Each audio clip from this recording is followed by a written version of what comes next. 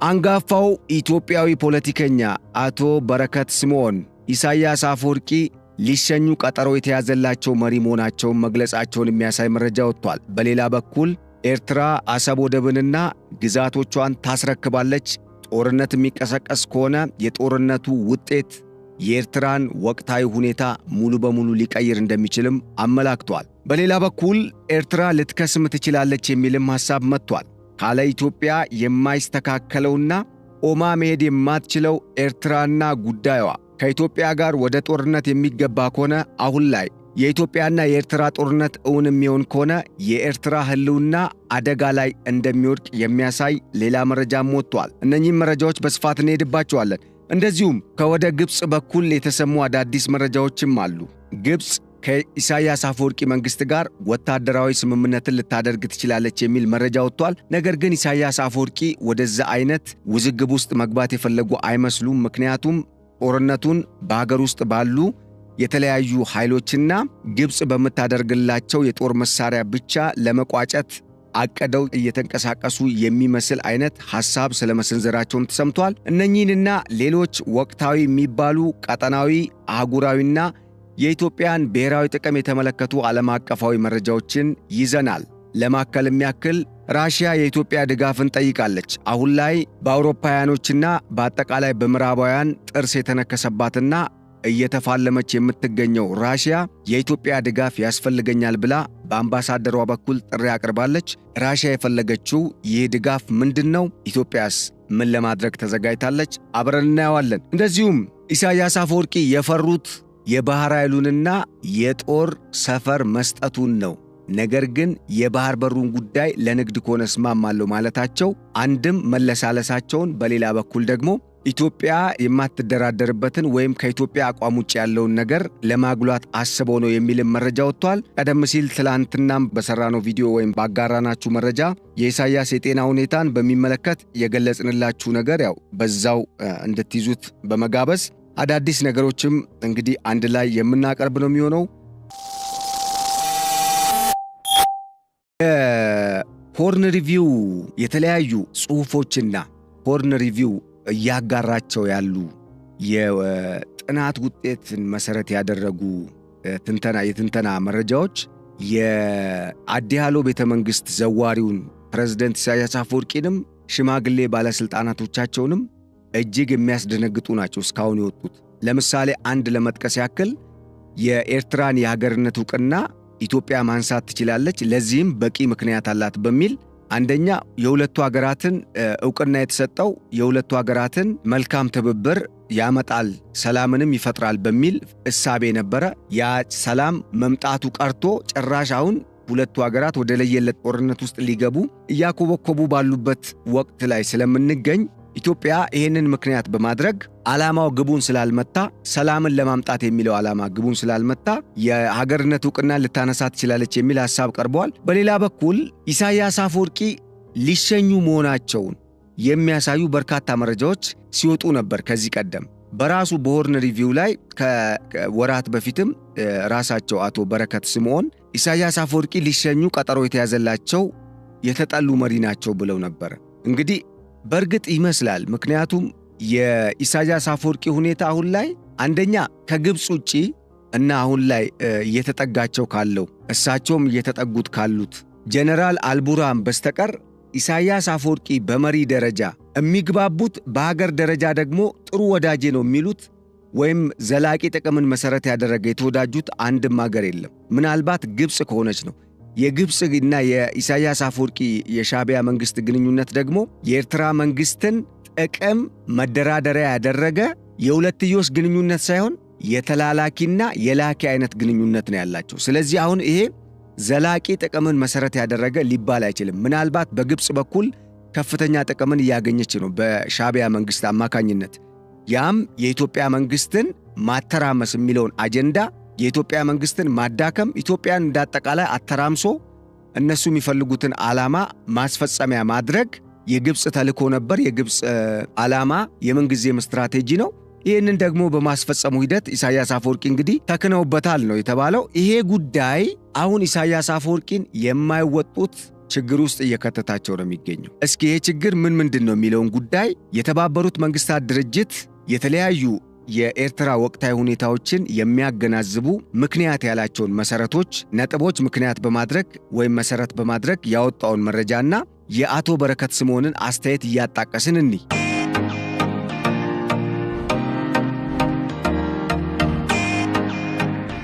አቶ በረከት ስምዖን የሻዕቢያውን ፕሬዝዳንት ኢሳያስ አፈወርቂን በደንብ ከሚያውቁ የኢትዮጵያ የቀድሞ ባለስልጣናት መካከል በቀዳሚነት የሚጠቀሱ ሰው ናቸው። የቀጠናውን ሁኔታም በደንብ ከማወቃቸውም በላይ የሚሰጡት ትንበያ ከአንድም ሁለት ጊዜ ኤግዛክትሊ በሚባል ደረጃ ግቡን እየመታ ወይም ደግሞ የሰጡት ትንበያ ሆኖ እያየነው ነው ያለነው። አሁንም በኤርትራ ጉዳይ ላይ የጋዛን ጉዳይ ከኢትዮጵያና ከኤርትራ ሁኔታ ጋር በማገናኘት ለማንሳት ሞክረዋል። ከሰሞኑ በኢትዮጵያ ውስጥ የሚንቀሳቀሱ በተለይ በትግራይ ክልል ውስጥ የሚንቀሳቀሱ ኃይሎች ከኢሳያስ አፈወርቂ ጋር የጀመሩት ግንኙነት ኢሳያስ አፈወርቂ ሊሸኝ በተለያዩ ሀገራት መንግስታት በተለይ በምዕራቡ ዓለም መንግስታት ያው ኦብቪየስሊ ከዚህ ቀደም አካፍለናቸዋል ይህንን መረጃ ኢሳያስ እንዲሸኝ የወሰኑት የእስራኤል መንግስትና የአሜሪካ መንግስት ናቸው። በአንጻሩና በጣም በሚያስገርም ሁኔታ ደግሞ ኢሳያስ አፈወርቂ ድጋፍን እየፈለጉ ያሉት ወይም ደግሞ ማዕቀቡላ እንዲነሳላቸው እየጠየቁ ያሉት ከአሜሪካ መንግስት ነው፣ በግብፅ አማካኝነት ማለት ነው። ይሁንና ግን የአሜሪካው ኮንግረስ ምክር ቤት የኤርትራን ሁኔታ በሚመለከት ከተለያዩ የተቃዋሚ ኃይሎች የዲያስፖራ ኮሚኒቲ ጋር በመወያየትም ጭምር በተለይ ከብርጌድ ንሓመዱ ሰዎች ጋር በደንብ በመወያየት ኤርትራ ውስጥ የሥርዓት ለውጥ መምጣቱ የግድ ነው የሚል መተማመኛ ነጥብ ለብርጌድ ንሓመዱ አመራሮች ሰጥቷል። ወይም ኤርትራ ውስጥ የሥርዓት ለውጥ ካልመጣ ኤርትራ አሁን ካለችበት አስቸጋሪ ሁኔታ ልትላቀቅ አትችልም የሚል እምነትን እንደያዘ ተገልጿል። ይሄ ማለት ለኢሳያስ አፈወርቂ ከዚህ ቀደም የቀረበላቸው ጥያቄ ኢሳያስ አፈወርቂ ስሪታቸው የማይፈቅድላቸውና አመጣጣቸውም በዛ አግባብ ስላልሆነ ለምሳሌ ምርጫን፣ የሰብአዊ መብት አያያዝን ወዘተ እንደዚህ ከዲሞክራሲ ስርዓት ጋር የተገናኙ ጉዳዮች የዲሞክራሲ ስርዓት ግንባታ፣ የሰብአዊ መብት አያያዝ፣ የሕግ የበላይነት፣ ተጠያቂነት፣ ግልጽነት ወዘተ የሚባሉ ከመንግስትና ከመንግስታዊ ስርዓት ጋር የተያያዙ ጉዳዮችን በሚመለከት እሳቸው በዚህ አግባብ ወደ ስልጣን ስላልመጡና ሀገሪቱን ለመሩባቸው ላለፉት 34 ዓመታትም ይህንን ጉዳይ አንድም ቀን አስቦት ስለማያውቁ ዱብዳ ነበር የሆነባቸው። በዚህም ምክንያት ኢሳያስን ከመቀየርና ኢሳያስ ይቀየራሉ ብሎ ከመጠበቅ ኢሳያስን ወዲያው እንጥላለን ብለው ታጥቀው ከኢሳያስ ጋር ትንቅንቅ ውስጥ ከገቡ ኃይሎች ጋር ባጭሩ መስራት እጅጉን ውጤታማ ያደርጋል የሚል እምነት ነው ያደረበት የአሜሪካ መንግስት። ይህንን አቋም ነው የያዘው። በተመሳሳይ ሞሳድ ያወጣቸውን በተለይ ኤርትራ እና አልቡርሃን የሚመራት የሱዳን ጦር የመሰረተው የግማሽ መንግስት እንበለው የግማሽ መንግስት ከኢራንና ከሁቲ ሚሊሻዎች ጋር ግንኙነት መጀመራቸውን ተከትሎ ያንንም ማረጋገጣቸውን ተከትሎ ምንድነው የተፈጠረው? በቀጥታ እርምጃ ሊወሰድ እንደሚችል ከጠቅላይ ሚኒስተር ቤንያሚን ኔታንያሁ ጽሕፈት ቤት የወጣ መረጃ ነው ያመለከተው።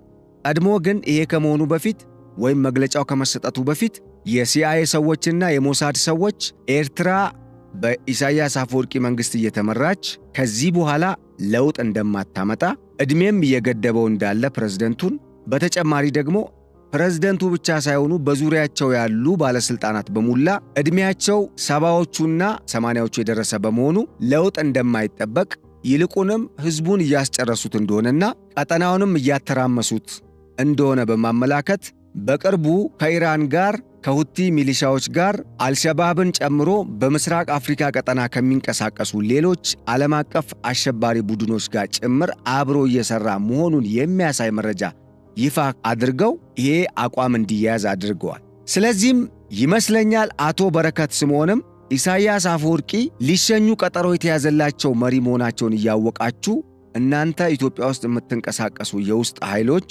ኦብቪየስሊ ከቲፒኤልኤፍ ጋር ነው መነጋገር የፈለጉት። አይ ቲንክ ለመገሰጽ የፈለጉት እንዴት ከኤርትራ መንግስት ጋር ትሰራላችሁ የሚል ጥያቄ አንስተዋል። መሳሳታቸውንም አሳይተዋል። ወይም ደግሞ እንዴት ሊሰሩ እንደቻሉ ግራ ገብቶኛል የሚል አይነት ሐሳብ ነው ያቀረቡት። ሌላ ጉዳይ የጋዛን ጉዳይ በማገናኘት ወይም በማንሳት እንደ ምሳሌ በማድረግም ጋዛ የባህር በር ቢኖራትም ያለ እስራኤል ፍቃድ አትጠቀምም። ምክንያቱም ጋዛ አሁን ላይ መንግሥት የላትም ወይም ደግሞ አንድ የእስራኤል ግዛት ነች። ህወሓትም ያለ ኢትዮጵያ መንግሥት ፍቃድ ድንበር አቋርጦ የምጽዋ ወደብን ለመጠቀም በማሰብ ከኢሳያስ አፈወርቂ ጋር ጥምረት መፍጠሩ የዋህነት ነው፣ ሕዝቡን ሊያስጨርሰው አይገባም ሲሉ ገስጸዋል። በቲፒኤልኤፍ በኩል ወይም በህወሓት በኩል የሚወጣው መረጃ ደግሞ የሕዝብ ለሕዝብ ግንኙነት ነው እንጂ ከኢሳያስ አፈወርቂ ጋር እንደሚባለው ኢትዮጵያን ለመውጋት ያሰበ ውልም ስምምነትም ግንኙነትም የለንም የሚል መግለጫን የሰጠው የክልሉ ጊዜያዊ አስተዳደር ፕሬዝዳንት ጄኔራል ታደሰ ወረደም ይህንኑ አረጋግጠዋል፣ ወይም ይህንኑ ነው መልሰው መግለጫ የሰጡት። ይሁንና ግን በመሬት ላይ ያሉ በገሃድ የሚታዩ እውነታዎች ከዚህ ይልቅ ሌላ እውነታን የሚያመላክቱ እንደሆነና እንደውም ኢሳያስ አፈወርቂ ለግብፅ አጀንዳ አስፈጻሚ በመሆኑ ምክንያት ልክ የኢሳያስ አፈወርቂ መንግሥት የግብፅን አጀንዳ እንደሚያስፈጽመው ሁላ በኢትዮጵያ ውስጥ ከመንግሥት ጋር የሚቃረኑ ወይም ደግሞ በተቃራኒ የቆሙ ኃይሎች የኢሳያስ አፈወርቂን ተልእኮ እንዲያስፈጽሙ ለመጠቀሚያነት እየመለመላቸው ወይም እየተጠቀመባቸው እንደሆነ እንግዲህ መረጃዎች የሚጠቁሙት አቶ በረከት ስምዖንም ይህንን ያነሱት። በኢትዮጵያና በኤርትራ መካከል ጦርነት የሚነሳ ወይም የሚቀሰቀስ ከሆነ ውጤቱ እንደ ዩክሬንና ራሽያ ጦርነት የሚሆን ይመስለኛል ብለዋል። ለምንድን ነው ከተባለ ራሽያ በርካታ የዩክሬን ግዛቶችን ይዛ አሁን መደራደር ትችያለች ብላታለች ዩክሬንን። ዩክሬን ደግሞ አልሞት ባይ ተጋዳይ ነው የዩክሬን እንቅስቃሴ። ምክንያቱም የነበረኝን አስበልቼ ወይም ደግሞ አስወስጄ ወደ ድርድር አልገባም ነው የፕሬዝዳንት ቮሎዲሚር ዜሌንስኪ አጀንዳ ወይም አቋም። በዚህ ሁኔታ አግባብ ነው እንግዲህ የኢትዮጵያና የኤርትራ ጦርነት ወደፊት እውን የሚሆን ከሆነ ገሃድ የሚወጣ ከሆነ ወይም ደግሞ ጦርነቱ የሚጀመር ከሆነ ውጤቱ ኤርትራ ያላትን ግዛት ተነጥቃ ጭራሽ ደግሞ ለድርድር የምትቀርበውም ራሷ ተጎጂ ለመሆን ይሆናል የሚል ሐሳብ ነው የሰጡት። እንግዲህ አቶ በረከት ይህን ሐሳብ ሲሰጡ ከኢሳያስ አፈወርቂ መንግሥት ጋር የሚሰሩ ኃይሎችም ተሞኝተዋል እያሉ ነው ያሉት። እናም ቆም ብለው ማሰብ እንዳለባቸው ሐሳብ አስተያየት እየሰጡ ነው። በእርግጥም ይመስላል። ምክንያቱም ከዚህ ቀደም ኢሳያስ አፈወርቂ የግብፅ ተላላኪ ነው፣ የሻዕቢያ መንግሥት የግብፅን አጀንዳ ነው የሚያስፈጽመው እያልን ስንናገር ብዙ ሰዎች ግብፅን ስለምንጠላት ብቻ ሐሳብ የሚሰጥ ይመስላቸው ነበር።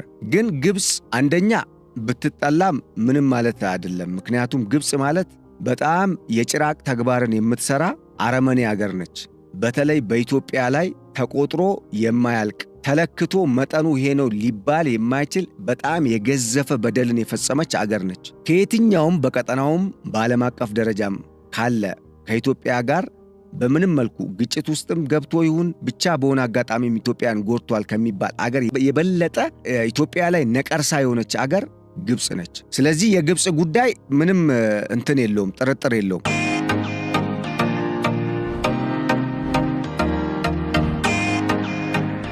ነገር ግን ኢሳያስ አሁን ጠቅላይ ሚኒስትር ዶክተር አብይ አህመድ በፓርላማ ያንን ንግግር ማድረጋቸውን ተከትሎ ወደ ቀጥታ በቀናት ልዩነት ወደ ካይሮ ማምራታቸው ምን ሊሰሩ ነው? ለዛውም ለ5 ቀን ይፋዊ የሥራ ጉብኝት። ይሄ ቆይታቸው ራሱ በኢሳያስ አፈወርቂ ባለሥልጣናት ላይ ምን ስጋት እንደፈጠረ ደግሞ እነግራችኋለሁ።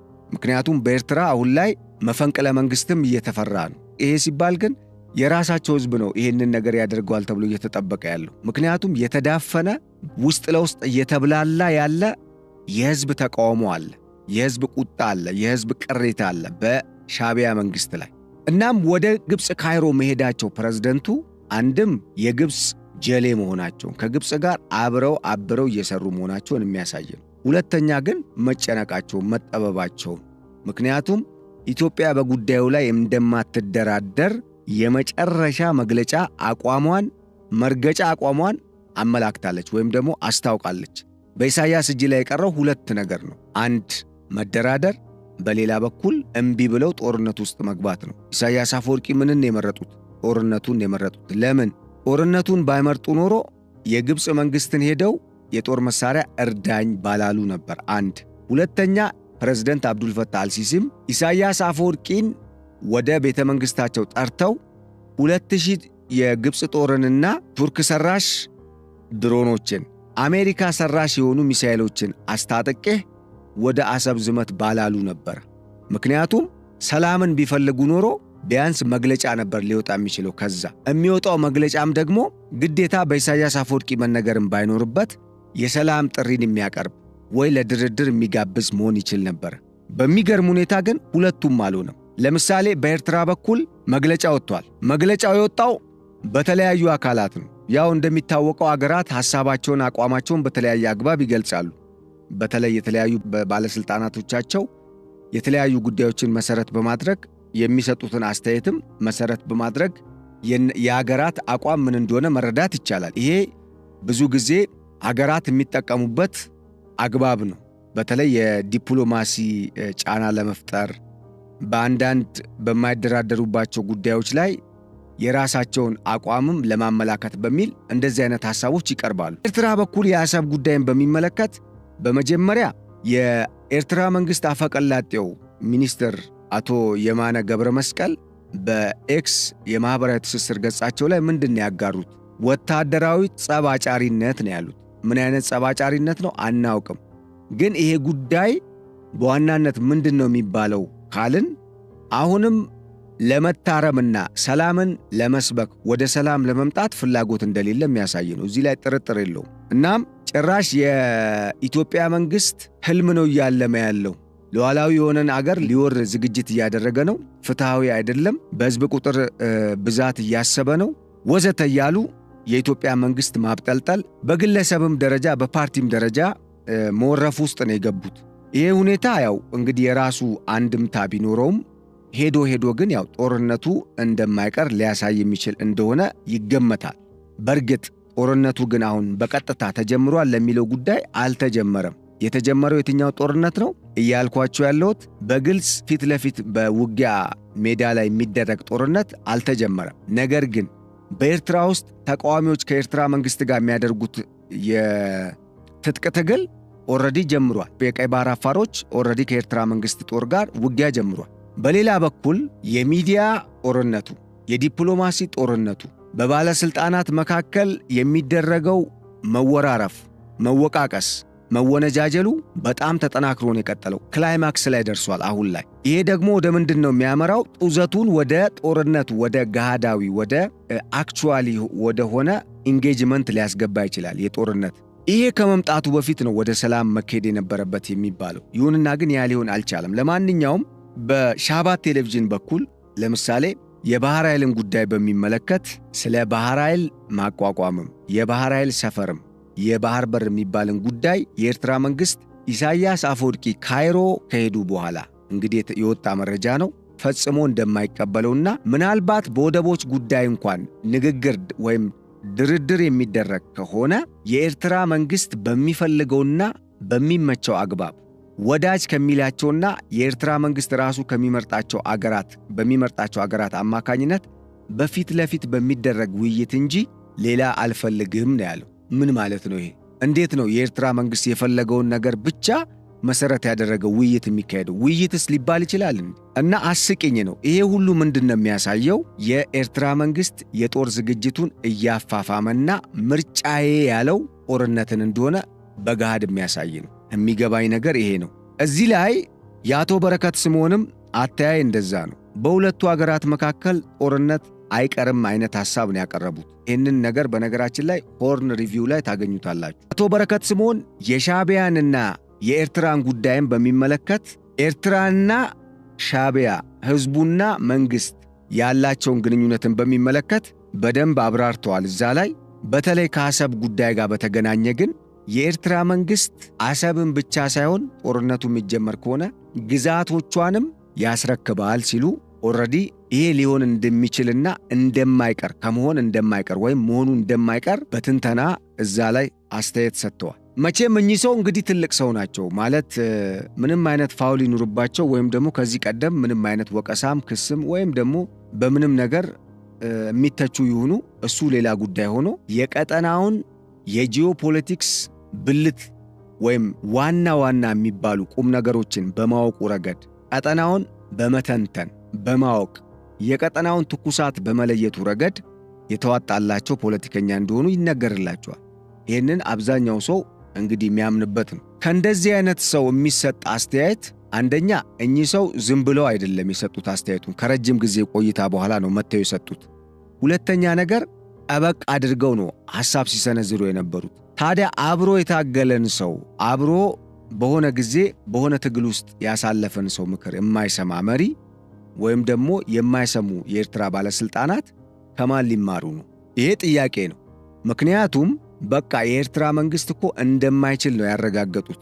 የኤርትራ መንግስት ደግሞ የሚችለው ነገርን ማድረግ ነው እንጂ ያለበት የማይችለው ነገር ውስጥ ገብቶ ኤርትራውያንን ለባሰ ለሌላ እልቂት ከሚዳርግ ለህዝብ የሚያስብ መሪ ቢሆን ኖሮ ወይም መንግስት ቢሆን ኖሮ ያላቸው ኤርትራውያን አሁን ላይ ጦርነትን ሳይሆን እስካሁን ላለፉት 34 ዓመታት ኤርትራ የተጓዘችበት ጉዞ ውጤታማ አለመሆኑ አበሳጭቶት ተቆጭቶ ከኢትዮጵያ ጋር ስምምነትን በመፍጠር በሰላማዊ መንገድ በልማት በኢኮኖሚ በመተሳሰር የህዝቡን የኑሮ ደረጃ መቀየር፣ የህዝቡን አጠቃላይ የኑሮ ዘይቤ ወደ ተሻለ ደረጃ ማሸጋገርና መቀየር፣ እንደዚሁም የገቢ ደረጃቸውን ማሻሻል፣ የሥራ አጥነት ቁጥሩን መቀነስ፣ የሥራ ዕድል መፍጠር፣ ኢንቨስትመንትን መሳብ ወዘተ ያደርግ ነበር። ስቲል ግን ድሮ የደርግ መንግስትን በትጥቅ ትግል ሲፋለም በነበረበት ጊዜ የወረሳቸውን የደርግ መንግስት እንግዲህ ከስልጣን ከወረደ በኋላ ወይም ከወደቀ በኋላ የወረሳቸውን ብረትና እነኛ ታንኮችን የተለያዩ የጦር መሳሪያዎችን በዘይትና በጋዝ በመወልወል ከነ ግብፅ በነገራችን ላይ የምትሰጠውም እኮ አዳዲስ ሌተስት የሚባል መሳሪያ አይደለም። እሷ አውትዴትድ የምትላቸውን ነው የምትሰጠው። ቢኮዝ ግብፅ በዚህ ጦርነት እንደ ግብፅ የሚያተርፍ የለም። በኢትዮጵያና በኤርትራ ጦርነት ኢትዮጵያ ጦርነቱ ከተጀመረ የባህር በሯን ታስመልሳለች። ትርፍ ነው። ግን ሰው ካለቀ በኋላ ከሚገኘው ትርፍ የተሻለ አሁን በሰላማዊ መንገድ ማግኘት የምትችልበት ሁኔታ ነበረ የኤርትራ መንግስት ፈቃደኛ ቢሆን። የግድ ግን መስዋዕትነት ካልተከፈለ በቃ አይሆንም ወደሚል አቋም የሄደው ያው የኤርትራ መንግስት አቋም ነው። ይሄ ደግሞ የሁለቱንም ሀገራት ኢኮኖሚ ከመጉዳቱም በላይ የኤርትራውያንን ህልውና አደጋ ላይ የሚጥል ነው። ምክንያቱም ኢትዮጵያ ኤርትራን ልጠቀልል ትችላለች። መቼም እንደ ሀገር መሪ አንድ መሪ የሆነ ነገር ሲናገር እንታዘባለን አይደለም እንዴ? 1 ሚሊዮን ጊዜ እኮ ነው ያሉት ጠቅላይ ሚኒስትር ዶክተር አብይ አህመድ። ኢትዮጵያ የባህር በሩን ታገኛለች ነው ያሉት። ኢትዮጵያ አሰብ አያስፈልጋትም የሚለውን ጉዳይ፣ የባህር በር አያስፈልጋትም የሚለውን ጉዳይ፣ ቀይ ባህር አያስፈልጋትም የሚለውን ጉዳይ አልሰማንም ብለው ነው የወጡት። ምንድን ነው ይሄ የሚያመላክተው? ጠቅላይ ሚኒስትሩ የሰሩት ስራ፣ የተዘጋጁበት ዝግጅት፣ ያላቸው አቅም ወይም እንደ ሀገር ኢትዮጵያ አሁን ላይ የደረሰችበት ደረጃ ምን ያህል አስተማማኝ እንደሆነ እኮ አረጋግጠውልናል። 1 ሚሊዮን ጊዜ እኮ ብለው ነው ያረጋገጡት። ይሄ በራሱ እኮ ትርጉም ያለው ቃል ነው በነገራችን ላይ። ቢኮዝ እኚህ ሰው መሪ ናቸው። የሀገሪቱ አንደኛ ሰው ናቸው። አሁን ላይ ጠቅላይ ሚኒስተር ናቸው። በተጨማሪ ይሄን ጉዳይ በእሳቸው ዘመን ነው ያነሱት። ያለምንም ምክንያት አላነሱትም። ያለምንም ምክንያት ደግሞ 1 ሚሊዮን ጊዜ እርግጠኛ ነኝ ይሄንን የባህር በር እናገኛለን የሚል አቋም ሊይዙ አይችሉም ዝም ብለው። የኤርትራ መንግስት ታዲያ በዚህ ጉዳይ ላይ ለምን ቆም ብሎ ማሰብ ተሳነው? ስለዚህ የአቶ በረከት ስምዖን ትንተና ትክክል ነው ማለት ነው። ምክንያቱም የባህር በሩን 1 ሚሊዮን ጊዜ እርግጠኛ ነኝ፣ ሚሊዮን ጊዜ እርግጠኛ ነኝ የባህር በሩን እናገኛለን ከተባለ ያው በአሸናፊነት እንደምታጠናቀቅ ኢትዮጵያ ግልጽ ነው ማለት ነው። አይ እሳቸው ስላሉ እንደዚህ እርግጠኛ መሆን አንችልም ሊል የሚችል ሰው ካለ መልሱ ቀላል ነው። ኤርትራና ኢትዮጵያ አሁን ያላቸውን ቁመና ብቻ በማየት ኤርትራና ኢትዮጵያ ጦርነት ውስጥ የሚገቡ ከሆነ በምንም አይነት መልኩ ኤርትራ ጦርነቱን ልታሸንፍ እንደማትችል ግልጽ ነው። ምክንያቱም የኤርትራ ኢኮኖሚ ምንድን ያለው? የኢትዮጵያ ኢኮኖሚ ምንድን የተሸከሙ? የኢትዮጵያ ኢኮኖሚ አቅም ምን ደረጃ ላይ ነው ያለው? የኤርትራ የኢኮኖሚ አቅም ምን ደረጃ ላይ ነው ያለው? ይህን ብቻ በማየት እኮ ኤኒዋን ሊገባው ይገባል። እነ ግብፅ አሉ ለሚባለው ጉዳይ ደግሞ ከኋላ ኦፍኮርስ ይሄ ጦርነት የሚቀሰቀስ ከሆነ ቀላል ጦርነት አይሆንም፣ አውዳሚ ነው የሚሆነው። ነገር ግን ኢሳያስ አፈወርቂ አለችኝ ብሎ የሚያስባት ግብፅና እንደና አልቡርሃንና ምናልባት ሳውዲ አረቢያም ከጀርባ ብዙ ነገሮች እየሰራች ነው አሁን አሉ እንኳን ቢባል ኢትዮጵያ ደግሞ እነኚህ ኃይሎች የማይችሉትን ወይም ሊገዳደሩት የማይችሉትን አቅም ያለው አገር ከኋላዋ አሰልፋለች። አንድም ጊዜ ግን ኢትዮጵያ እከሌ አገር ወይ እከሌ ሂድና እንደዚህ አርግልኝ ከኤርትራ ጋር ልዋጋ ነው ስትል አልተሰማችም ኢትዮጵያ። ይሄ አንዱ የሞራል ልዕልናን ያሳያል። የኢትዮጵያ መከላከያ ሰራዊት ምን ያህል የሞራል ልዕልናው ከፍ እንዳለ የሚያሳየው። ለምን የሚያዋርደውም ከፍ የሚያደርገውም መንግስት ነው፣ መሪ ነው። ለምሳሌ ኤርትራ ልትወረኝ ነውና መሳሪያ ስጠኝ ብሎ የጠየቀ ባለስልጣን የለም። የኢትዮጵያ ባለስልጣን ግዢ ነው የጠየቀው። ለግዢ ደግሞ አንድ ሀገር ለአንድ ሀገር መሳሪያ ሲሸጥ ከኔ ጋር ዓላማው ይስማማል ወይ? የውጭ ግንኙነት ፖሊሲና የዛ ሀገር የውጭ ግንኙነት ፖሊሲ የተጣጣመ ነው ወይ? እንዴት ነው እኔ ከዚህ የመሳሪያ ሽያጭ ልጠቀም እችላለሁ ወይ? ትርፉስ ምንድን ነው? የሀገርስ ይህንን መሳሪያ የሚገዛው ለምን አይነት ጦርነት ነው? ጦርነቱ መካሄዱ በእኔ ብሔራዊ ጥቅም ላይ ጉዳት ያደርሳል ወይስ ጥቅም ነው የሚያመጣው የሚለውን አይተው ነው የሚሸጡት ሀገራት። ይህንን በሚመለከት የኢትዮጵያ መንግሥት ጥያቄ አቅርቧል፣ ግን አልተከለከለም። ገዝቷል። ከራሽያ መንግሥት ገዝቷል። ጭራሽ ከጀትና የተለያዩ ረጅም ርቀት ተምዘግዛጊ ሚሳኤሎች በተጨማሪ ትልቅ የጦር መርከብንም ከፈረንሳይ መንግሥት እኮ ገዝቷል የኢትዮጵያ መንግሥት። ከእስራኤል የሚገራርሙ የአየር መቃወሚያዎችን፣ የራዳር ሲስተሞችን፣ ጀት ሚሳኤሎችን ከቱርክም ከእስራኤልም ድሮኖችን አስገብቷል የኢትዮጵያ መንግሥት። ከራሽያ ምን እንዳስገባ ከዚህ ቀደም ገልጸናል። ሱ-35ን ታጥቋል። ከቻይና 4ኛ ትውልድ የሆነን ጀት ታጥቋል። ሌሎች የጸረ ሚሳኤልና ጸረ ተወንጫፊ ሮኬት ስርዓቶችን ታጥቋል።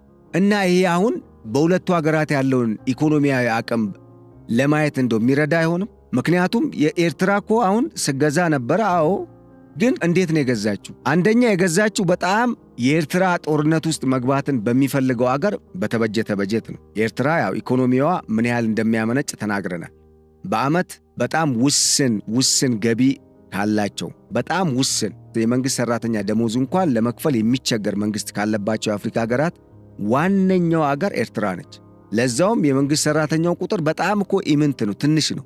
ጦሩ ኦልሬዲ ይታወቃል። አሁን እንደውም ሬሽንም ተቋርጦበታል። አሁን ለታ ስዊዘርላንድ ስንዴ አልሰጥም ብላ ከኤርትራ መንግሥት የዚህ አይነት ተግባርን አልጠብቅም በሚል በተለይ የስዊዘርላንድ መንግሥት ዲፖርት ለማድረግ ፈልጎ ወንጀል ሰርተዋል የተባሉ ኤርትራውያን ዜጎችን አልቀበልም፣ ዜጎቼ አድርጌም አልቀበላቸውም አላያቸውም ማለቱን ተከትሎ የኤርትራ መንግሥት የስዊዘርላንድ መንግሥት ለኤርትራ መንግሥት የማደርገውን ድጋፍ ከዛሬ ጀምሬ አቁሜያለሁ፣ የስንዴ ድጋፉም የገንዘብ ድጋፉም ቆመዋል ሲል አስታውቋል። ከ3 ቀናት በኋላ ከሳምንት በፊት የወጣ መረጃ ነው የምነግራችሁ። የሻዕቢያ ጦር የሬሽን እጥረት እንዳጋጠመው የሚያሳይ መረጃ ወጣ። ታዲያ ይሄ ጦር ነው የኢትዮጵያን ሀገር መከላከያ ሰራዊት መቋቋም የሚችለው? ወይም ከኢትዮጵያ ኢኮኖሚ ጋር የሚጣጣም ኢኮኖሚ እንዳለው አገር ከኢትዮጵያ ጋር እኩል መገዳደር የሚችል የሻዕቢያ መንግሥት አቅም ነው የኤርትራ ኢኮኖሚ ነው? በፍጹም አይገናኝም። እነኚህ ማሳያዎች በራሳቸው ጦርነቱ ቢጀመር የኃይል ሚዛኑ ወደ ማን ሊያጋድል እንደሚችል ትልቅ ማሳያዎች ናቸው። ለማንኛውም ኢሳያስ አፈወርቂ ጋር ይሄን ጉዳይ ካየን ወይም ይሄ ጉዳይ ካለ ኢሳያስ አፈወርቂ ለምን ማየት ተሳናቸው ከተባለ ራሳቸው በቅኝ ግዛት ውስጥ ነው ያሉት። ኢሳያስ ራሳቸው ተቆላልፈው በግብፅ የፊጥኝ ወደኋላ ተይዘው ነው ታስረው ያሉት። ምክንያቱም ኢሳያስ አፈወርቂ አንድም ሰሞኑን ወደ ካይሮ በፍጥነት የተጠሩበት ምክንያት ምንድን ነው? ግብፅ ሁል ጊዜ ዓላማዋ የአባይን ውሃ መቆጣጠር፣ ኢትዮጵያ በአባይ ውሃ ላይ የምታደርገውን ልማት መግታት፣ ማስቆም ወይም ደግሞ ኢትዮጵያ አሳሪ ውል እንድትፈርም ማድረግ ስለሆነ ቀይ ባህርን ኤርትራን እንደ መስዋዕት በግ ነው እያቀረበች ያለችው። ስለዚህ ይሄ ባይዘወይ እንደ መስዋዕት በግ ማቅረብ ማለት ለድርድር ማቅረብ ኤርትራን ራሱ አንድ አገር እንዴት ለሌላ አገር ጥቅሙን ከሌላ አገር ጋር ባለው ጥቅሙን ለማስጠበቅ በሚደረግ ሂደት ውስጥ መደራደሪያ አድርጎ ያቀርባል? ውርደት እኮ ነው ይሄ። እንዴት ነው ግብፅ ኤርትራን ከኢትዮጵያ ጋር ለመደራደሪያ አድርጋ የምታቀርበው? ይሄ እኮ ኢሳያስ አፈወርቂ በነገራችን ላይ ሊያፍሩ የሚገባቸው። አንዳንድ አስተያየትም የምትሰጡ ሰዎች አላችሁ፣ ቆም ብላችሁ አስቡ። ይሄ የሚያሳፍር ተግባር ነው። እንዴት ነው ግብፅ በኤርትራ የምትደራደረው? ኤርትራን አሳልፋ ለመስጠት እኮ እኔ ነኝ የምወስነው እያለች እኮ ነው። ምንድነው የተባሉት? ኢሳያስ አፈወርቂ የተጠሩበት አንዱ ዓላማ ግብፅ የምትፈልገው አጀንዳ የሚሳካ ከሆነ ኢትዮጵያ የቀይ ባህር በር ቀጠናን አገኛለሁ ይቀላቀላለሁ በሚል ያነሳችው አጀንዳ ይሳካል በሰላማዊ መንገድ። የግብፅን አጀንዳ ማትቀበል ወይም ደግሞ እንፈራረም የሚለውን ሐሳብ ማትቀበል ከሆነ ደግሞ የቀይ ባህርን አታገኝም፣ እኛም እንገባበታለን ጉዳይ ውስጥ ነው ያሉት አልሲሲ በግልጽ ለአሜሪካ መንግሥት። እንግዲህ ለአሜሪካ መንግሥት ነው ያሉት። ኢማጂን የአሜሪካ መንግሥት ቀደም ምን ብያቸዋለሁ? ኢሳያስ አፈወርቂን ለማስወገድ እኮ ቀጠሮ የያዘ መንግሥት ነው። አምባሳደር ቲቦር ናጂ ምንድን ያሉት ከዚህ ቀደም? ይሄ ሰውዬ ቀን ነው እየተጠበቀለት ያለው ብለዋል። መቼም እኚህ ሰው የአሜሪካ ስቴት ዲፓርትመንት ከፍተኛ ሰው የሚባሉ ሰው ናቸው። በዚህ አግባብ ውስጥ ያለን ስርዓት የሚመራን መንግስትን ወይም መሪን አምኖ ከሱ ጋር መሻረክ ኢትዮጵያ ውስጥ ላሉ ኃይሎች አይመከርም፣ ኪሳራ ነው ትርፉ። ሁለተኛ የራሳችሁን ሀገር መውጋት ትርጉም የለው። ምንም አይነት ነገር ቢሆን የውስጥ ጉዳይ በውስጥ ነው የሚፈታው። ስለዚህ አቶ በረከት ስምዖን ይህን ጉዳይ በማስመልከት ለውስጥ ኃይሎችም ያስተላለፉትና መልእክትና የጠየቁት ጥያቄ በጣም ወቅቱን ያማከለ ሁኔታዎችን ያገናዘበ ነው ማለት ይቻላል። በዚህ ብቻ ግን አላበቁም አቶ በረከት። አቶ ልደቱንና የጀዋርን ፖለቲካ እንቅስቃሴ በሚመለከት አሁን ያለው መንግስት እንደ ኢህአዴግ መንግስት አይመለከታቸውም እነኚህ ሰዎች ብለዋል። እንዴት ነው ሲባል አጀንዳ አያደርጋቸውም፣ ዞር ብሎ አያያቸውም። በተለይ አቶ ልደቱን ዞር ብሎ አያየው። አቶ ልደቱን ዞር ብሎ የማያይበት ምክንያት ምንድነው? የአቶ ልደቱ እንቅስቃሴ አንድ በውጭ ሀገር ነው፣ ሁለተኛ ቢወረውርም የኢትዮጵያ መንግስት ትከሻ ላይ አያርፍም። የሱ የሚወረውረው ነገር እዛው የሚቀር ነው። ስለዚህ አጀንዳዬ ብሎ ትኩረት ሰጥቶ ቦታ ሰጥቶ እንደ ኢህአዴግ መንግስት አያገዝፈውም። ድሮ ኢህአዴግ ምን ያደርግ ነበረ? የሆነች የፖለቲካ እንቅስቃሴ ስትፈጠር ያስራቸውና አሁን አብዛኛ አዋቂ ፖለቲከኛ ነን የሚሉ ሰዎች ያን ጊዜ ዝም ብሎ የሆነ ሰፈር ውስጥ የሆነ ነገር ተናግረው ምናምን ቆይ እነኚህ ሰዎች ችግር ሊፈጥሩ ይችላሉ በሚል የታሰሩ ናቸው። ራሱ መንግስት ነው አስሮ ያጀገናቸው፣ ፌመስ ያረጋቸው። እነኛ ሰዎች ናቸው ዛሬ እንግዲህ መጥተው ሊቆቹ፣ ተመራማሪዎቹ፣ አዋቂዎቹ ፕሮፌሰሮች እያሉ ስንት መጽሐፍ የጻፉ፣ ስንት የተመራመሩ፣ ለሀገር የሚጠቅም ስንት በርካታ ምርምሮችን ያደረጉ፣ አርቀው የሚያስቡ ማስተዋል ያላቸው ዕድሜ የሚያስተማራቸው ምሁራን እያሉ እነሱ ቁጭ ብለው እነኛ አላዋቂዎች አዋቂ ሆነው በእነሱ ቦታ ተሰይመው የተለያየ እኛን የሚያባላ አገርን የማይጠቅም የእነሱን ኪስ ለማደለብ ብቻ የሚጠቅምን ሐሳብ እየሰጡ ከጠላት ጋር እየሰሩ አገርን አደጋ ውስጥ የሚጥሉት የሕዝብን ሕልውና ጥያቄ ውስጥ የሚከቱት እነኛ አይነት ሰዎች ናቸው። ስለዚህ እንግዲህ እንደ ኢህአዴግ መንግስት ወይ አስሮ ወይ ደግሞ አጀንዳ አድርጎ አያገዝፈውም፣ ጀስት እዛው መክኖ እንዲቀር ነው የሚያደርገው ነው ያሉት። ያው እንግዲህ ግልጽ ነው፣ እንደዛ ነው መልእክቱ። በሌላ በኩል አቶ ጀዋርን በሚመለከት የብልጽግና መንግስት ጀዋርን እንደ ህዝብ ግንኙነት ተጠቅሞበታል ነው ያሉት። አሁንም ድረስ ተጽዕኖ ፈጣሪ ነኝ ብሎ ቢያስብም የኢትዮጵያ መንግስት አቅምና ኢትዮጵያ አሁን ያለችበት ደረጃ እነኚህ የተቃዋሚ ፖለቲከኞች የሚያስቡት አይነት ደረጃ ላይ አይደለችም፣ እነሱ ወደ ኋላ ነው ቀርተው ያሉት እያሉ ነው እንግዲህ ያሉት። እና እንደ አጠቃላይ ምንድነው እዚህ ጋር ልገልጽ የፈለኩት ነገር የውስጥ ፖለቲካ ጉዳይ በፖለቲካ በመብት በሌሎች በማህበራዊ ጉዳይ በኢኮኖሚያዊ ጉዳዮች በአስተሳሰብ በርዕዮተ ዓለም ልዩነቶች ሊኖሩ ይችላሉ።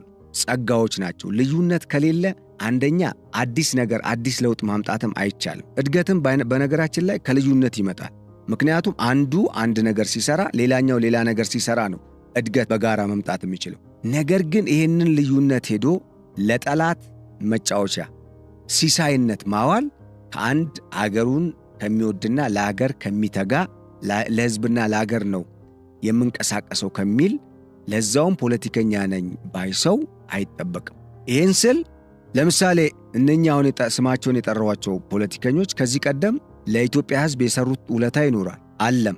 ግን ያንን ውለታ የሚያፈርስባቸውን ተግባር አሁን ላይ የአገር ጥቅምን በሚመለከት ሌላ አቋም ይዘው ታሪካቸውን ማበላሸት የለባቸውም እያልኩ ያለሁት።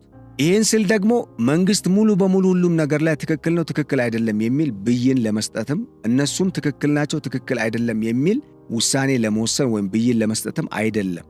እንደ ሐሳብ የጋራ ጉዳያችን ላይ የጋራ አቋም ነው መያዝ ያለብን። በውስጥ ጉዳዮች ላይ በምንለያይባቸው በአስተሳሰብም በአቋምም በተለያዩ ጉዳዮች ልንለያይ እንችላለን። እነሱ ግን ጊዜያቸውን ጠብቀው መስተናገድ የሚችሉ ናቸው።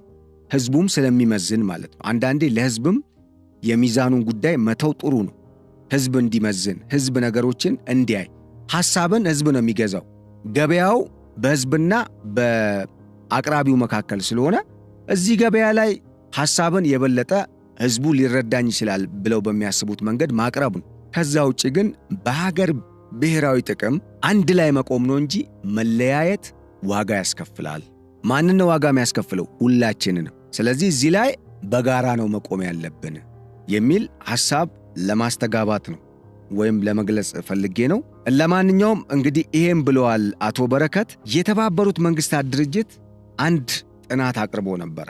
እንግዲህ በቤልግሬድ የአየር ንብረት ለውጥን በሚመለከት ለአየር ንብረት ከፍተኛ ተጋላጭነት ካላቸው ሀገራትና የመቋቋም አቅማቸው በጣም የደከሙ ከተባሉ the worst ከተባሉ መከላከል አቅም ካላቸው ሀገራት መካከል ኤርትራ በቀዳሚነት የተጠቀሰችው። በዚህም ሻዕቢያ መንግስት ወይም ኢሳያስ የሚዘውሩት መንግስት የሚመራት ኤርትራ በአየር ንብረት ለውጥ በዓለም አቀፍ ደረጃ በእጅጉ ሊጠቁ ከሚችሉና ጉዳቱን ደግሞ መቋቋም ተስኗቸው ሊከስሙ ከሚችሉ ሀገራት መካከል ወይም ተርታ በቀዳሚነት ተመድባለች። ይሄ የተባበሩት መንግስታት ድርጅት ነው። አንዱ ለዚህ ጉዳይ ምንድነው? ኤርትራ የብዝሃ ሕይወትና የሥነ ምህዳር ልምላሜ ላይ ለመለወጥ ያሳየችው እንቅስቃሴ የሥነ ምህዳሩን አጠቃላይ በከባቢ አየር ለውጥ ምክንያት የሚመጣውን ጉዳት ለመቀነስ ቀድመው መሰራት ያለባቸውን ስራዎች በመስራቱ ረገድ ያሳየችው ተነሳሽነት ደካማ ከመሆኑም በላይ የተዳከመ ኢኮኖሚ ያላት መሆኑ በዚህ ረገድ አደጋ ቢገጥማት መቋቋም የማትችል አገር ሆና ፍራጃይል እንድትሆን አድርጓታል ነው እንግዲህ የተባበሩት መንግስታት ድርጅት የሚያሳየው። እዚህ ላይ በጣም የሚገርመው ነገር ኤርትራ ከኢትዮጵያ ጋር ትብብር ባለመፍጠሯ ምክንያት ወይም ከኢትዮጵያ ጋር በኢኮኖሚ ባለመተሳሰሯ ምክንያት በርካታ ጥቅሞችን ያጣች ሀገር ስትሆን ማጣቷ ሳያንስ ኢትዮጵያንም በርካታ ጥቅሞች አሳጥታለች እና አሁን ላይ በኤርትራ ከፍተኛ የሰው ኃይል እጥረት እየተስተናገደን ያለው። ይሄ ምክንያቱ ምንድነው ሲባል በኤርትራ ያሉ ዜጎች ተስፋቸው መሰደድ ብቻ ነው። ተስፋ ቢስ ሆነዋል። በሀገሪቱ ልማት የለም፣ ኢንቨስትመንት የለም፣ የሥራ አጥ ቁጥሩ በየጊዜው ይጨምራል። ይህንን ለመከላከል ወይም የኑሮ ደረጃቸውን ለማሳደግና አጠቃላይ የቤተሰቦቻቸውንም የራሳቸውንም ሕይወት ለመቀየር በሚል ኤርትራውያን ዜጎች በአራቱም አቅጣጫ እግራቸው ወደ መራቸው ነው እየተሰደዱ ያሉት። ይህንንም ሪፖርቱ ነው ያሳየው። በዚህም ምክንያት የሕዝብ ቁጥሩ እየተመናመነ ነው። ሀገሪቱ ሰው አልባ ለማድረግ ነው እየተደረገ ያለው እንቅስቃሴ። ይህም ምንድነው? የኤርትራ መንግስት አውሮፓውያን ኤርትራን ሰው አልባ ለማድረግ እየሰሩ ነው ይላሉ።